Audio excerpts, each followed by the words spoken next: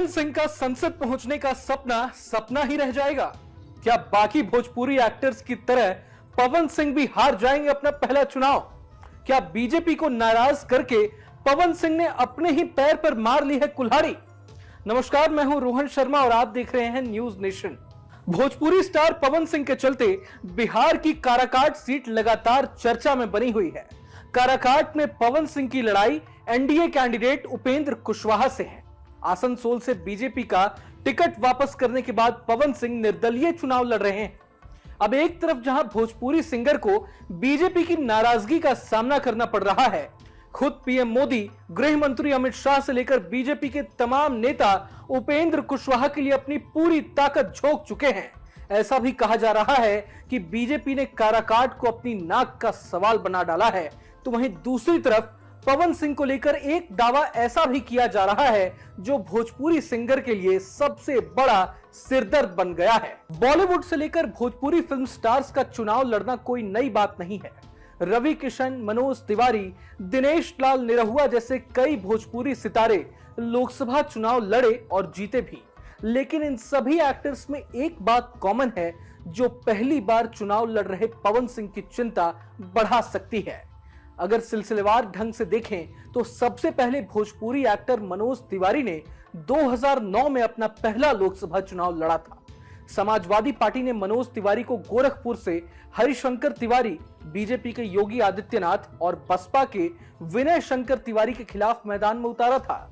लेकिन नतीजा यह रहा कि मनोज तिवारी अपने पहले ही चुनाव में बुरी तरह धराशायी हो गए। हालांकि मनोज तिवारी बाद में 2013 में बीजेपी में शामिल हो गए और 2014 में अपना पहला लोकसभा चुनाव लड़ा और बदलाव की लहर में जीत भी हासिल की। भोजपुरी एक्टर से नेता बने रवि किशन ने भी अपना पहला लोकसभा चुनाव कांग्रेस के टिकट पर जौनपुर से लड़ा था। लेकिन पहले चुनाव में रवि किशन की भी जमानत जब्त हो गई थी। फरवरी 2017 में रवि किशन बीजेपी में शामिल हो गए और 2019 में अपना पहला लोकसभा चुनाव गोरखपुर से लड़ा।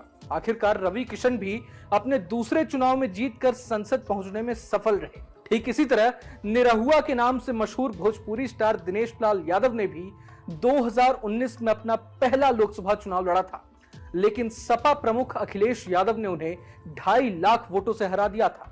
हालांकि इसी सीट से निरहुआ ने जून 2022 में उपचुनाव जीता और संसद पहुंचे। मतलब एक हिसाब से देखा जाए तो इन सभी भोजपुरी एक्टर्स में एक बात कॉमन है और वो बात यह है कि इन सभी एक्टर्स को अपने पहले चुनाव में हार का सामना करना पड़ा। अब यही दावा पवन सिंह को लेकर भी किया जा रहा है। कहा तो यह जा रहा है कि पवन सिंह भी बाकी भोजपुरी स्टार्स की तरह अपना पहला चुनाव हार जाएंगे। हालांकि इस दावे में कितना दम है ये तो नहीं कहा जा सकता, लेकिन ग्राउंड जीरो पर पवन सिंह की चुनौतियां जरूर बढ़ती नजर आ रही हैं। अब तो काराकाट में एआईएमआईएम चीफ असदुद्दीन ओवैसी ने भी सभा करके चुनावी जंग को 4 कोनों में बांट दिया है। ओवैसी की पार्टी की उम्मीदवार प्रियंका चौधरी के पक्ष में अति पिछड़ा और मुस्लिम समुदाय के जुटान के बाद उपेंद्र कुशवाहा की राह आसान हो गई है। बहरहाल काराकाट का किंग कौन बनेगा ये तो 1 जून को वोटिंग में तय हो जाएगा। अगर आपको ये वीडियो पसंद आए तो लाइक करें और चैनल को सब्सक्राइब करें। वहीं तमाम बड़ी खबरों के लिए देखते रहें न्यूज नेशन।